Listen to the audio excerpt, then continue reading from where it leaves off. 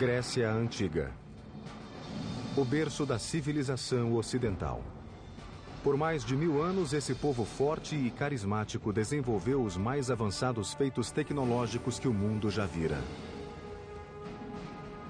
So you have the appearance of a new generation of thinkers. And you have a reason to build things, to understand nature, to create technology. Obras de engenharia tão impressionantes que os povos antigos acreditavam que haviam sido construídos pelos deuses. One thing that we should really wonder is how on earth these people managed to lift these truly huge, gigantic stones. Essas maravilhas tecnológicas foram estimuladas por líderes cuja sede de grandeza uniu um povo e os lançou às alturas de um império.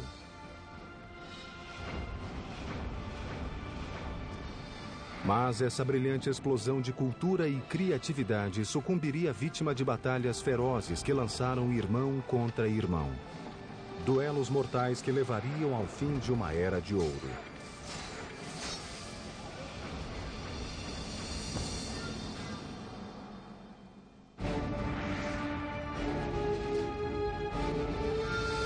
Construindo um império. Grécia. Setembro de 480 a.C. Amanhecia na ilha de Salamis e sobre o estreito canal que a separava da Grécia. O mar calmo não dava sinais da grande batalha que estava prestes a começar ali. Mas no fim do dia o Mediterrâneo estaria vermelho, tinto de sangue.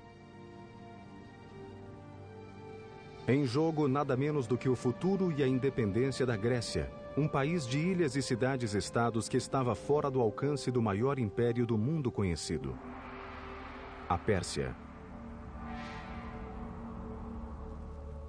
Persia was the world superpower of its day, enormously wealthy, enormously self-confident, the greatest multi-ethnic, multicultural empire the world had seen.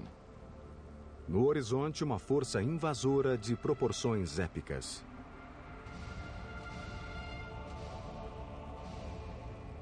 ...700 navios com 150 mil guerreiros determinados a anexar a Grécia ao seu império. Mas um grego estava alerta e pronto para a batalha. Seu nome, Temístocles, um almirante e político ateniense que há anos se preparava para esse momento. But going up against Persia, the world's greatest superpower of the time, would be no day at the beach for Themistocles. Hello, I'm Peter Weller. First of all, the Greek naval fleet was outnumbered 2-1. Second of all, Themistocles faced the almost insurmountable problem of trying to unite a completely disparate and contentious group of warriors into one command. You see, the good news about the civic development of ancient Greece was the city-state. Each of these city-states was sort of a self-contained, self-reliant mini-country within Greece. But the bad news about the civic development of ancient Greece was the city-state. Because inasmuch as each of these city-states sort of spoke the same lingo, worshipped the same gods, there was really no sense of a national unity, and their only priority was their own particular regional and cultural agenda. At best, they didn't get along. At worst, they were violently at each other's throats. Se existia alguém que podia unir os atenienses, esse alguém era Temístocles. Um homem que não vinha da aristocracia e não se envergonhava que seus conterrâneos soubessem disso. He was always an outsider, and he saw himself as an outsider, and he prided himself on his lack of polish. He said that he might not know how to tune a lyre or to sing well, but he knew all you needed to know to make a city great and free. Não era a primeira vez que Temístocles enfrentava os persas. 10 anos antes, uma força persa menor invadira a Grécia pela primeira vez e lutara contra os atenienses e seus aliados na cidade de Maratona. Agora, Temístocles levaria aquela experiência para Salamis e concentraria sua estratégia em uma falha que ele detectara na máquina de guerra persa: a marinha.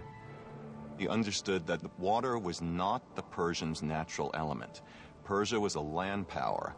In fact, Persian religion considered salt water to be demonic. Temístocles queria que os gregos construíssem uma marinha diferente de tudo o que o mundo já vira. O trabalho começou imediatamente em um ritmo intenso para construir uma frota de 200 triremes, o navio mais mortífero do mundo antigo. Trireme's about 130 feet long. It's light and sleek, and it's tipped with a wooden ram covered in bronze at the water level, and that is the offensive weapon of the trireme. Might think of the trireme actually as a guided missile. O trireme consistia de 170 remadores em 3 níveis separados. 62 no nível mais alto, 54 no meio e 54 no mais baixo. No nível mais baixo, os remadores sentavam-se tão baixo no porão do navio que seus remos ficavam a apenas 45 centímetros acima da linha do mar. So you have a ship, a wooden ship, that is powered from the oars. It can go up to 8 knots or 9 knots, which is an amazing speed for the ancient world. And it can attack like a missile. And the rowers, of course, have to learn how to work as a team. They have to learn to row together in unison, which is an easy thing to begin to do, but a very difficult thing to master. A frota de triremes de Temístocles ficou pronta em poucos anos e no tempo exato. Na primavera de 480 a.C., a Pérsia lançou um maciço ataque contra a Grécia. Temístocles sabia que a frota persa era maior que o conjunto da frota grega na proporção de 2:1. Então ele engendrou um plano simples, mas ardiloso para manter os gregos unidos e nivelar as forças. He had to turn a disadvantage into an advantage, the fact that he had fewer ships than the Persians. So he had to lure the Persians, if you like, into such a battleground that they could not advance the whole ranks. So he can actually concentrate their power and strike it. So the best place that he could do that was at the Straits of Salamis. Temístocles engendrou um ardil para atrair a frota persa aos estreitos de Salamis. Themistocles was a very cunning man, a great trickster. Themistocles knew that the Persians preferred to win battles through diplomacy, through intimidation, and through buying traders. Na véspera da batalha, ele mandou um serviçal de confiança para o campo persa. O serviçal fez o papel de traidor, contando ao rei persa que os gregos estavam desorganizados e que se os persas enviassem seus navios à noite, poderiam surpreender a marinha grega pela manhã. Os persas morderam a isca.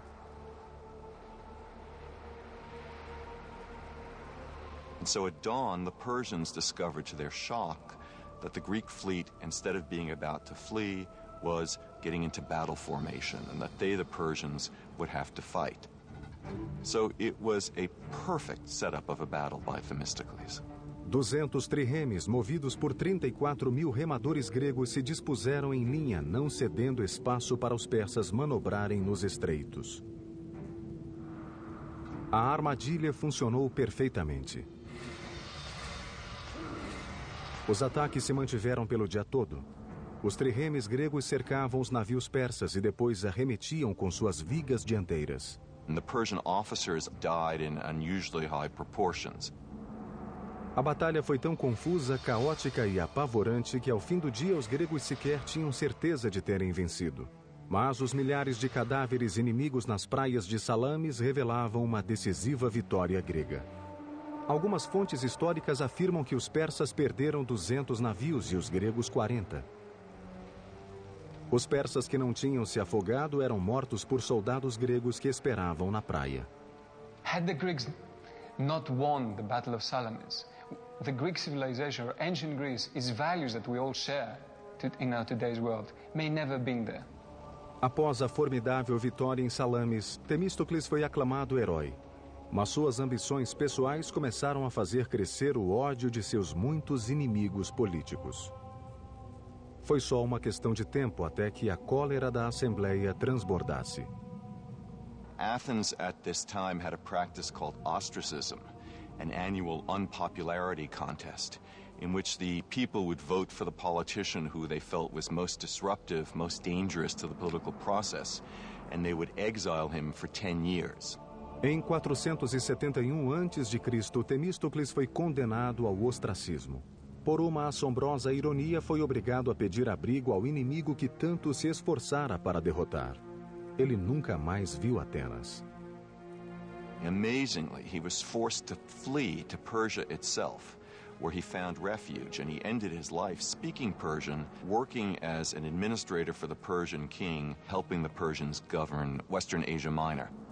Temístocles desempenhara seu papel em uma épica história de poder e de conquistas que se inspirara em um passado glorioso. Os lendários contos sobre deuses e heróis narrados em épicos como a Ilíada e a Odisseia. As histórias podem ser mitos, mas as conquistas desses ancestrais gregos foram reais e ainda hoje se mantêm.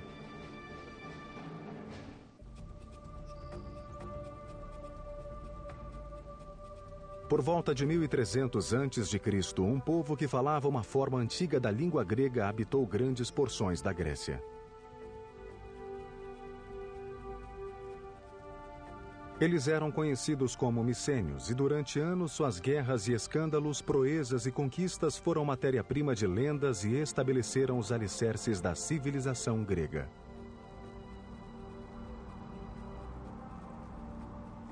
Micenas, a capital, era rodeada por uma cidadela maciça construída ao longo de 150 anos.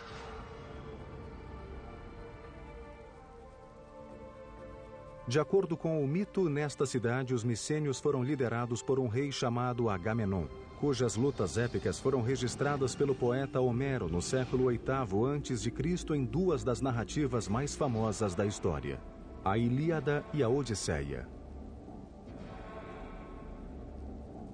So, the Iliad was something like the Bible for ancient Greeks. It contained a moral story. It told you how you should live. It described gods, it described religion, but also described people. It described situations. It gave ideals that you should look upon. As narrativas da Ilíada e da Odisseia tornaram-se famosas. O sequestro de Helena por Paris, os 10 anos do cerco infligidos por Agamenon a Troia, e o gigante cavalo de madeira utilizado pelos gregos para entrar em Troia e destruir a cidade.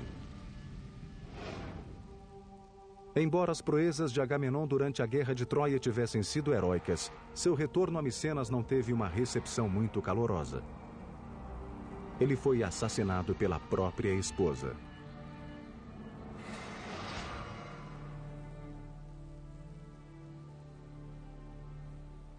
Scholars have debated for centuries whether or not Homer actually penned the Iliad and the Odyssey, or whether he just collected the folk tales of song, or whether he had anything to do with them at all. But if the ancient Greeks came back today, they'd scoff at this pithy harangue. Because of the ancient Greeks, Homer wasn't just some top 40s folk singer, nor was he the best-selling hack writer of some piece of pulp fiction. Homer was an historian. And these legends weren't the bedtime stories to be whispered to the kiddies before the oil lamps were blown out. These were accountable facts.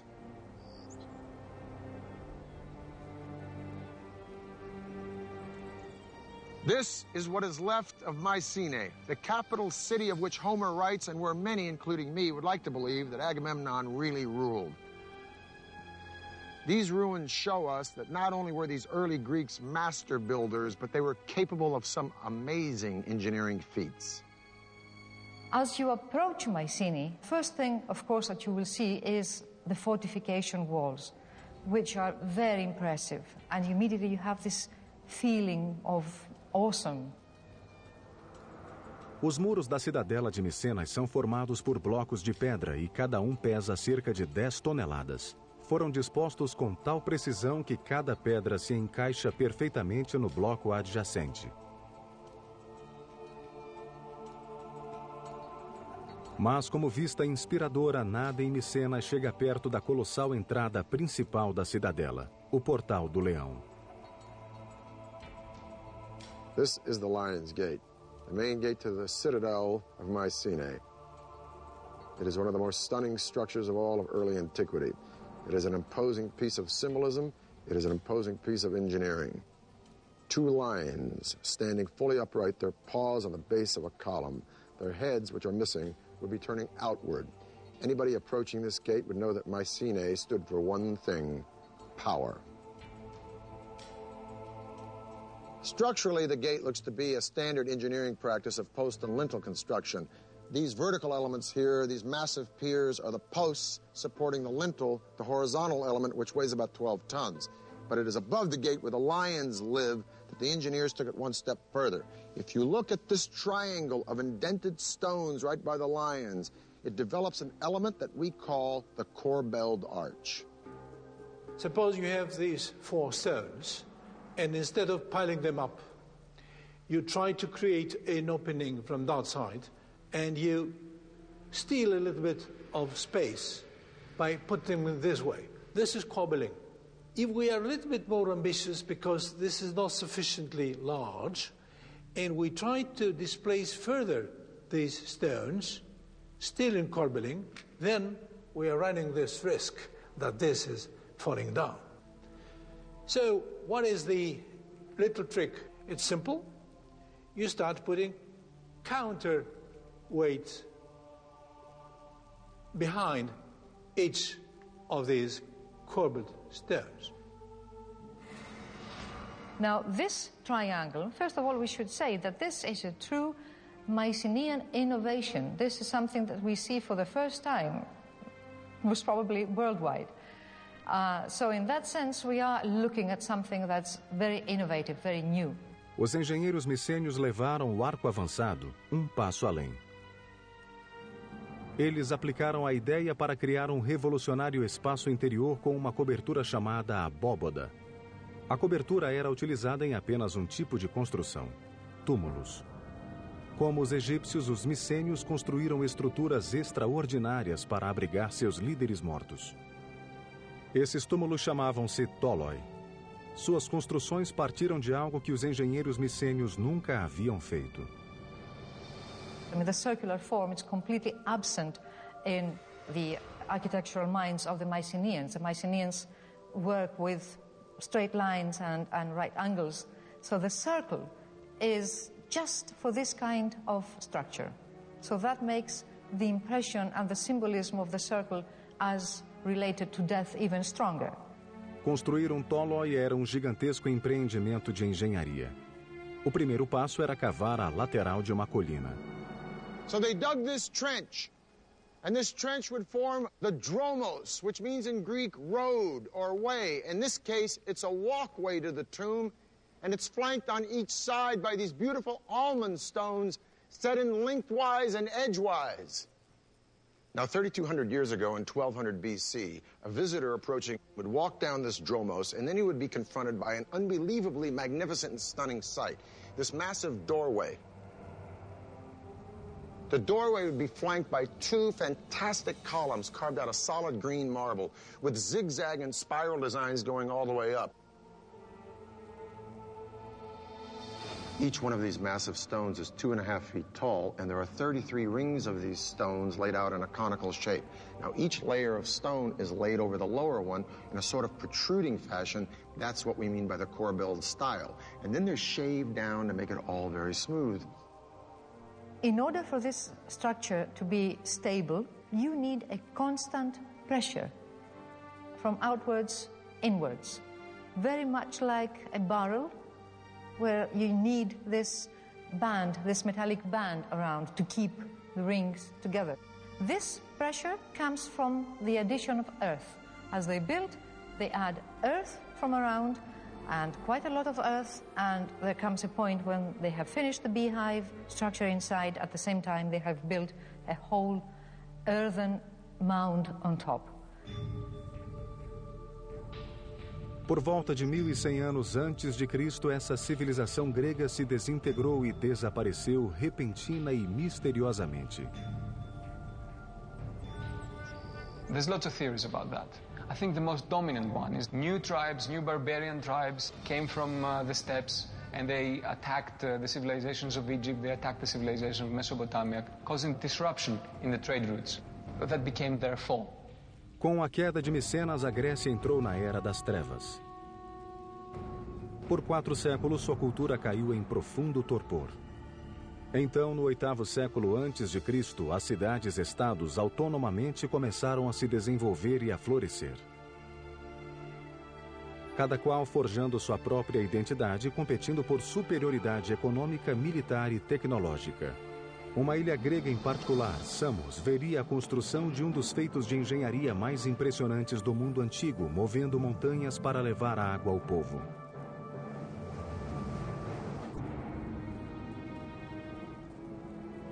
Esparta, Atenas, Corinto, Tebas. Estas são apenas algumas das mais de 100 cidades-estados que emergiram por toda a Grécia 400 anos após o desaparecimento da civilização micênia.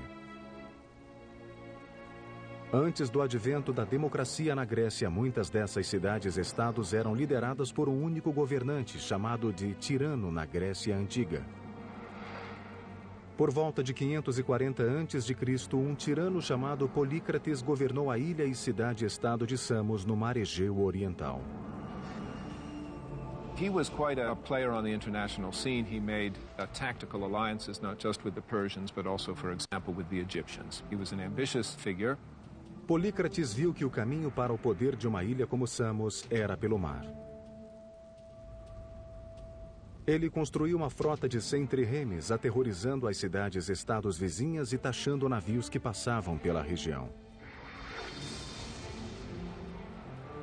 Under Polycrates, Samos, his home island, became the dominant sea power, and that was the basis of his wealth and power.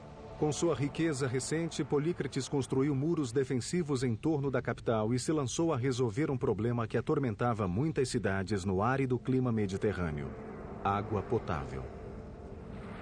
Samos was a very, very important and powerful city.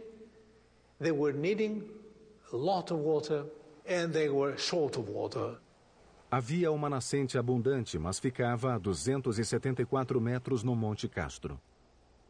Polícrates e seus engenheiros tinham que imaginar o modo de ligar a cidade à fonte. Construir um aqueduto em torno da montanha não era uma opção.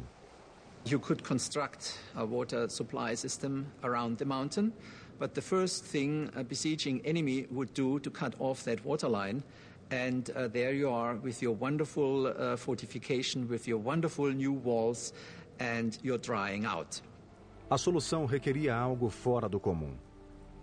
Polícrates procurou um engenheiro chamado Eupalinos. Este veio com uma solução que literalmente significava mover uma montanha, um túnel que atravessasse o Monte Castro. Seria um projeto enorme e extenso. The time needed for such tunneling should be enormous. Therefore, the decision was taken to drive tunnels from both sides. This is a mathematical and a technical problem. Como os engenheiros da atualidade fizeram sob o Canal da Mancha, Eupalinos cavou túneis dos dois lados da montanha para que se encontrassem no meio. Para tanto, teria de se certificar que cada túnel começasse na mesma altura nos lados opostos da montanha. Os túneis também tinham que coincidir no plano horizontal. Caso contrário, eles passariam um ao lado do outro como navios na noite. Sem equipamento sofisticado de exame topográfico, era um notável desafio de engenharia. A teoria envolvia uma caminhada curta em torno de uma grande montanha. Simulando um caminho da fonte para a cidade em curtas linhas perpendiculares, Eupalinos podia medir cada pequena extensão para calcular dois lados de um triângulo retângulo. Com dois lados do triângulo conhecidos, a hipotenusa era o caminho do túnel através da montanha. O que tornava esse prodigioso feito de engenharia ainda mais impressionante é que envolvia não só um túnel, mas dois. O túnel principal foi cavado a uma altura e largura de cerca de 2 por 2 metros, para ser usado apenas como espaço de trabalho para cavar um segundo túnel adjacente e abaixo do principal e que serviria como aqueduto. O túnel de trabalho foi cavado em terreno plano e o do aqueduto na lateral e abaixo daquele. Esse segundo túnel precisava ter um leve declive que permitisse o fluxo suave da água em direção à cidade. O risco de vida era permanente naquelas escuras e perigosas entranhas da montanha. Once they were in the mountains, the difficulties must have been paramount because rock may be moving in unpredictable ways. Water may all of a sudden splash up and cause havoc. This was probably a constant danger. Apart from that, it was dark and needed to be illuminated, and you needed to constantly know where you are in order to keep your line straight. Após pequenos ajustes, as duas equipes se encontraram na metade do caminho, quase que exatamente onde Eupalinos originalmente determinara. Os pisos dos dois túneis se conectaram com apenas 60 centímetros de diferença. Uma discrepância de menos de 1% do comprimento de 1.066 metros do túnel. Esse impressionante feito de engenharia pode ter sido o momento luminoso do reinado de Polícrates. Mas sua sorte política não seria tão brilhante. The Persian governor on the coast of Asia Minor decided that that degree of autonomy that Polycrates enjoyed was unsuitable to the development of Persian power, and he was arrested and brutally tortured and crucified. Polícrates foi apenas um entre muitos tiranos que governaram as cidades-estados da Grécia Antiga entre 800 e 500 a.C. O poder de poucos sobre muitos era a única forma de governo que os humanos conheciam. Mas isto estava prestes a mudar. A cidade-estado de Atenas mudaria o curso da história. O líder visionário que faria isso acontecer se chamava Péricles. Seu legado seria um monumento eterno da Acrópole ateniense que se ergueu acima das nuvens. Um impressionante exemplo de precisão de engenharia chamado Partenon. Em 480 a.C., quando Temístocles derrotou os persas na Batalha de Salamis, ele salvou não só Atenas, mas também sua jovem democracia que nascera há 25 anos. Para Atenas, a época do governante único acabara. Atenas era rica em poder militar, tesouros, tecnologia e ideias. Estava pronta para sua época de ouro e um homem a conduziria até lá. Seu nome era Péricles, um intelectual democrata e esclarecido que apoiava as artes. Mas Péricles também expandiria o poder ateniense através de outros meios, inclusive ameaças, suborno e força bruta. Pericles came from one of the old aristocratic families of Athens, so he came from the kind of family background in which a career of political and military leadership was expected. Sua escalada ao poder começou quando foi eleito, ainda jovem, para o posto de estrategos, em um grupo de 10 homens que comandavam o exército e definiam a política externa. Político nato e talentoso orador, Péricles logo se tornou o estadista mais influente e poderoso de Atenas. Pericles was the typical political animal, if you like. This guy was a politician. He was able to speak and convince. He was completely dedicated to what he did. Péricles tornou-se líder de Atenas em 461 a.C. Graças à frota de triremes que Temístocles construíra, a marinha ateniense manteve-se insuperável no Mediterrâneo Oriental. Mas, apesar da derrota do Império Persa em Salamis, sempre pairava a ameaça de uma outra invasão. Em 478 a.C., Atenas e as cidades-estados do Egeu formaram uma aliança de defesa mútua chamada Liga de Delos, a versão da OTAN do mundo antigo. By 450 BC, Athens has become the undisputed leader of the Delian League, which is nothing more than a money faucet for the city-state. But Pericles, as undisputed leader of Athens, finds ways to put this money to the best possible use by building massive public structures that best reflect the grandeur and magnificence of Athens. Now, legend has it that Poseidon, god of the sea, and Athena, goddess of wisdom, each came to the Acropolis to compete for the patronage of the city, the outcome to be decided by the inhabitants. Poseidon struck the ground with his trident, and up popped a spring.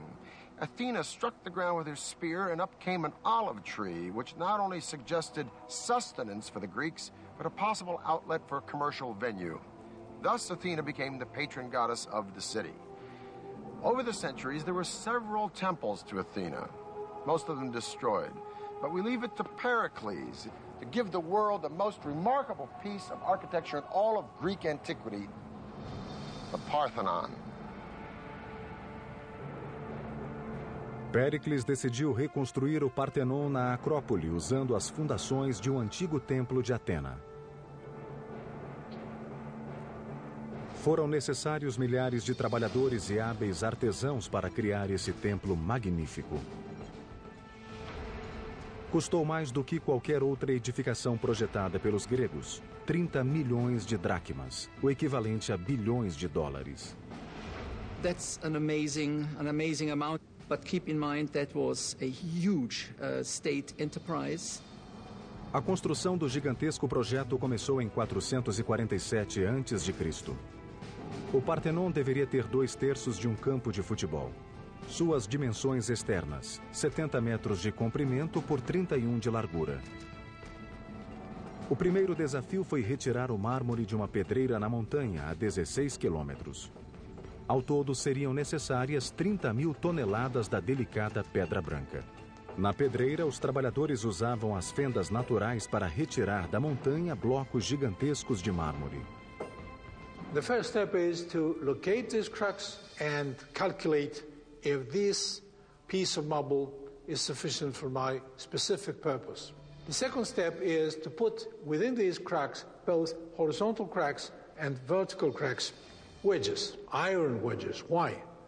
Because an enormous energy was given by hammering all these wedges simultaneously, so that the brittleness of the material makes further cracking. Com os blocos gigantes prontos, grupos de homens usavam alavancas, cordas e roldanas para manobrar o mármore e prepará-la para o transporte até a Acrópole. Acidentes eram frequentes. There was an enormous risk that this big block would slide further on, killing people underneath. Cortar e transportar o mármore da montanha foi apenas metade da batalha na construção do Partenon. Os engenheiros agora tinham que responder à questão: como levantar aqueles monstros de mármore de 10 toneladas e erigir o maior templo que o mundo já vira? Julho de 447 a.C. A construção de um magnífico templo começou na Acrópole ateniense.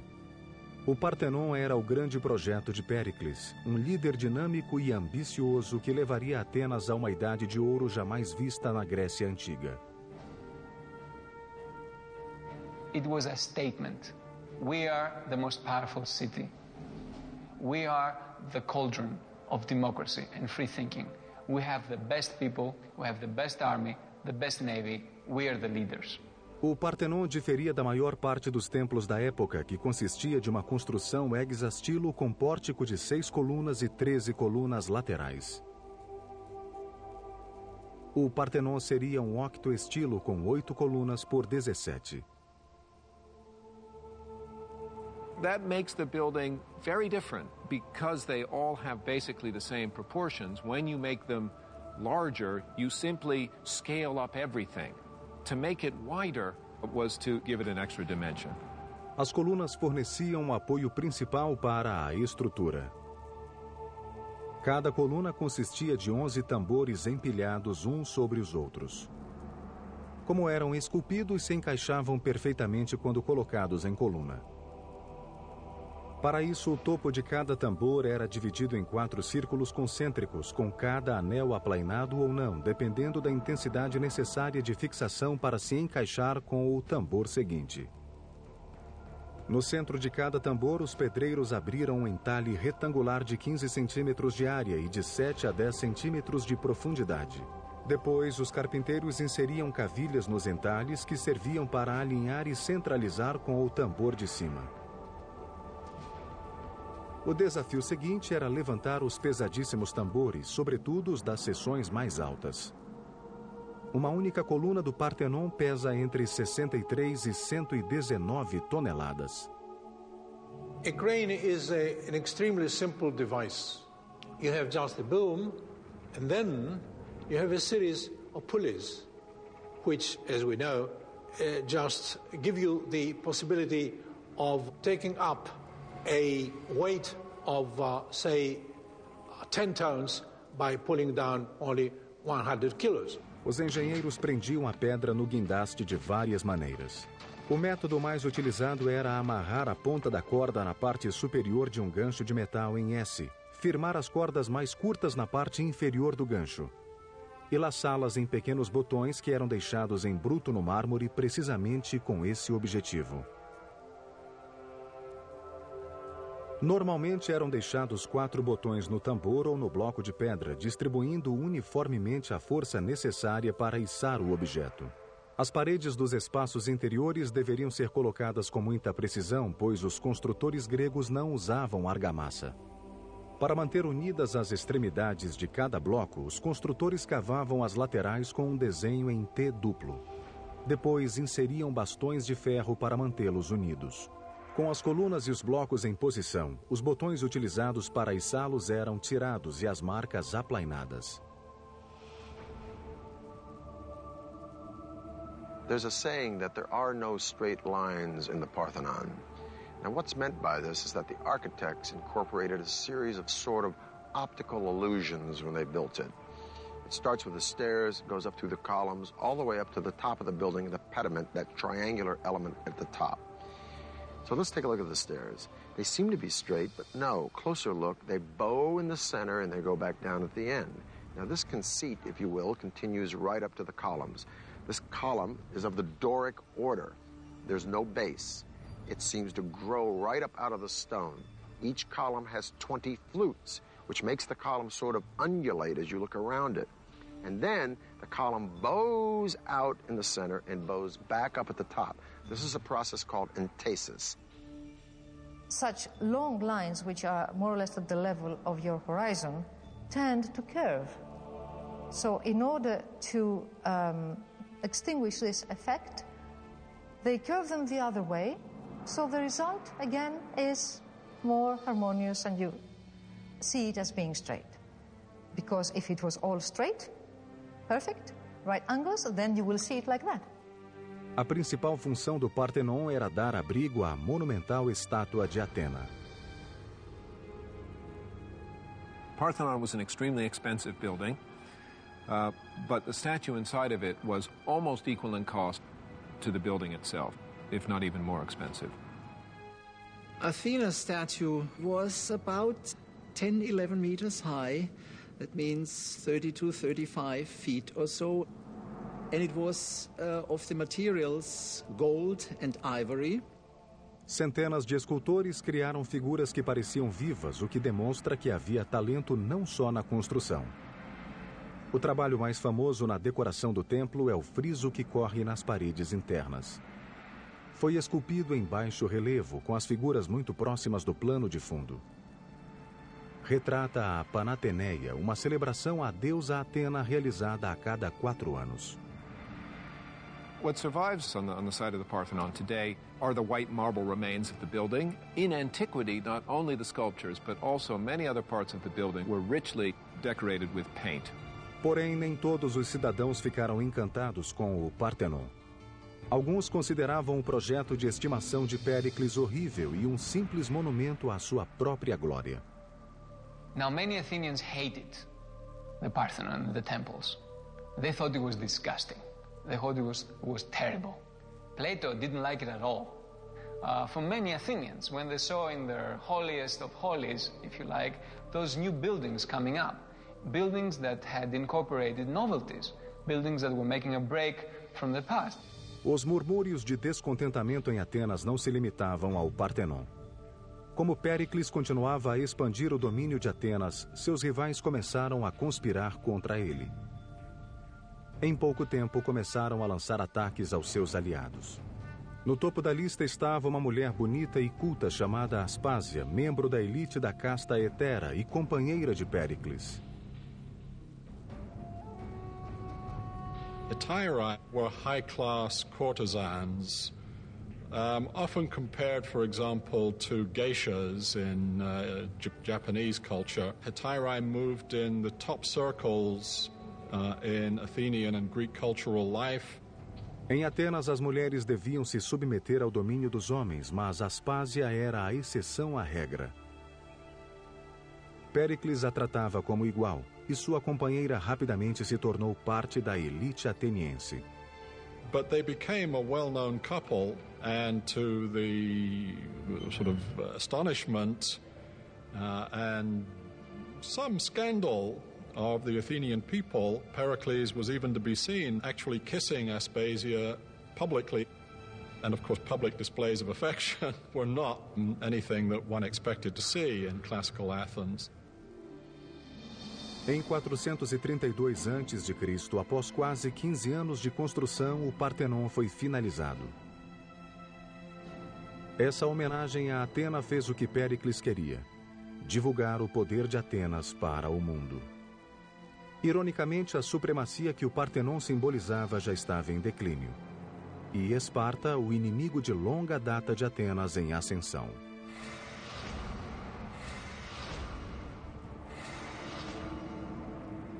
Once Athens had established this great alliance system, or as some people put it, this Athenian empire, and arguably that's what it became, the Spartans began more and more to look askance, as it were, at the Athenians, and eventually, by the 430s, to feel threatened by the Athenians.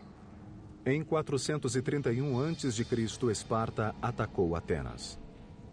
Durante 2 longos anos, Atenas resistiu ao cerco de Esparta, mas a luminosa cidade de Péricles estava prestes a sofrer o ataque de um inimigo invisível. After a couple of years, because of the overcrowding in the city of Athens, disease that seems to have come originally from the Near East attacked the Athenian people. It's known as the Great Athenian Plague. Large numbers of Athenians died in this plague. Péricles, então, com mais de 60 anos, sobreviveu à peste, mas estava fisicamente debilitado e sobre ele pesava a culpa pela desgraça da cidade. Em 429, com a peste e a guerra eclipsando sua amada cidade, Péricles morreu.